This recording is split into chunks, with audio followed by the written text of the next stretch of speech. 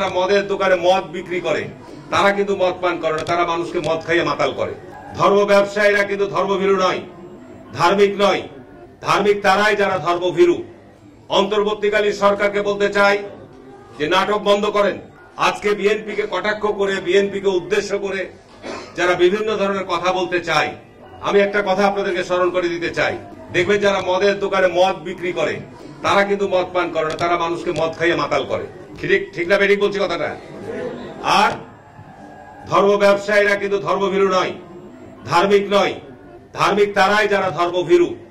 একটা রাজনৈতিক দল সম্পর্কে আমরা ভালোভাবেই জানি, যখন উদ্দেশ্যমূলক ভাবে বলে যে এক স্বৈরাচারকে বিদায় করে আর এক স্বৈরাচারকে নিয়ে আসবে, কাকে উদ্দেশ্য করে বলেন? এক চাঁদাবাজকে উৎখাত করে আর এক চাঁদাবাজকে, এই সমস্ত কথা যখন বলেন কাদেরকে উদ্দেশ্য করে বলেন? যখন বলে বাংলাদেশে একমাত্র তারাই এবং বাংলাদেশ সশস্ত্র বাহিনী তারাই নাকি দেশপ্রেমিক আর বাংলাদেশে অন্য সব চোর বাটপার, এই কথাগুলো বলেছিল পাকিস্তানের ৭১ সালে যুদ্ধের সময় ওই রাজনৈতিক দলটি একই কথাই বলেছিল যে পাকিস্তান সেনাবাহিনী এবং আমরা ছাড়া আর কেউ দেশপ্রেমিক নয়। একই কথা তারাই ৫০-৫৩ বছর পর একই কথা তারা বলছে। কি কথাগুলো ঠিক না বেঠিক বলছি? আজকে বাংলাদেশের মধ্যে তারা নতুন করে বিভাজন তৈরির কথা বলছে, আজকে চাঁদাবাজির কথা বলছে বা দখলের কথা বলছে।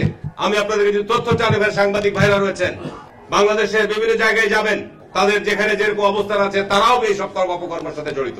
আরে আমরা তো বাংলাদেশ জাতীয়তাবাদী দল, আজকে যারা এই সমস্ত কর্মের সাথে জড়িত, আমাদের পার্টির অ্যাক্টিং চেয়ারম্যান সুস্পষ্ট ভাবে আজকে বিএনপির হাজার হাজার নেতা কর্মীকে শুধু বহিষ্কার নয়, তাদের বিভিন্ন দলের পদও তাদের স্থগিত করা হয়েছে। কি কথাটা ঠিক না বেঠিক বলছি?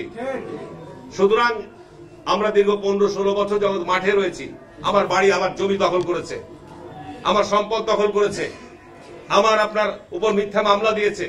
এরপরও বলবো জাতীয়তাবাদী দল অত্যন্ত ধৈর্য এবং সহনশীলতার সাথে এই পরিস্থিতির মোকাবেলা আমরা করেছি। এটা ধন্যবাদ দিতে হবে জাতীয়তাবাদী দলের তৃণমূল পর্যায়ের সকল নেতা কর্মীকে।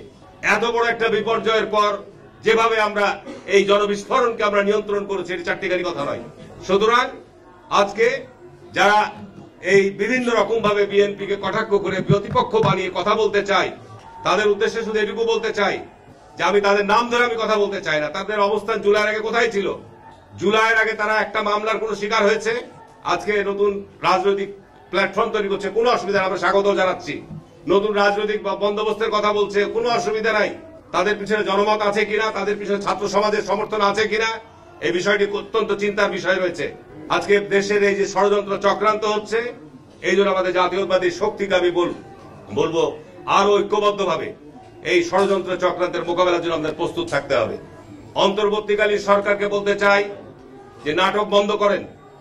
৫ মাস পার হয়ে গেল দেশের, আমরা বারবার বলছি যে একটা নির্বাচন, অবাধ সুষ্ঠু শান্তিপূর্ণ নির্বাচনের আয়োজন করেন।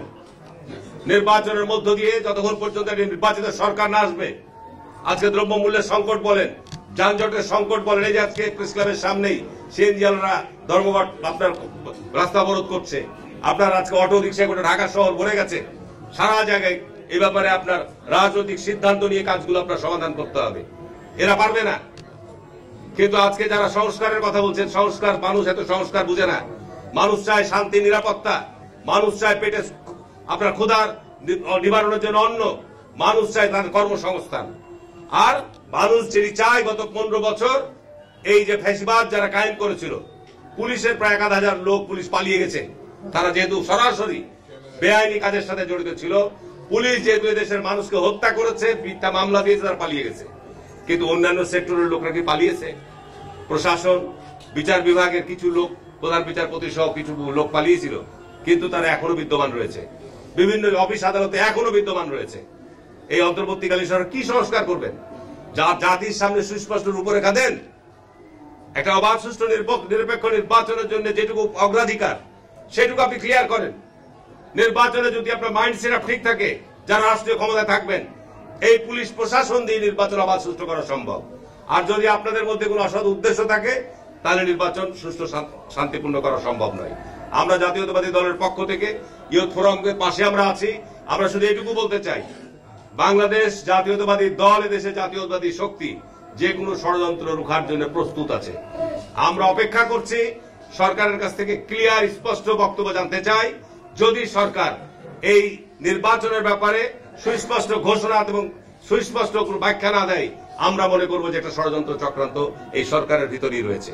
সুতরাং আমরাও কিন্তু সুস্পষ্ট ভাবে এটা মোকাবেলা করার জন্য রাস্তায় নামতে বাধ্য। আমরা সমর্থন দিচ্ছি, আমরা সহযোগিতা দিচ্ছি, তার অর্থ এই নয় যে আপনি দীর্ঘসূত্রিতা করবেন। দেশের মানুষের অর্থনৈতিক সংকট বাড়বে, দেশের মানুষের সামাজিক সংকট বাড়বে, দেশের বিভিন্ন প্রাতিষ্ঠানিক সংকট বাড়বে।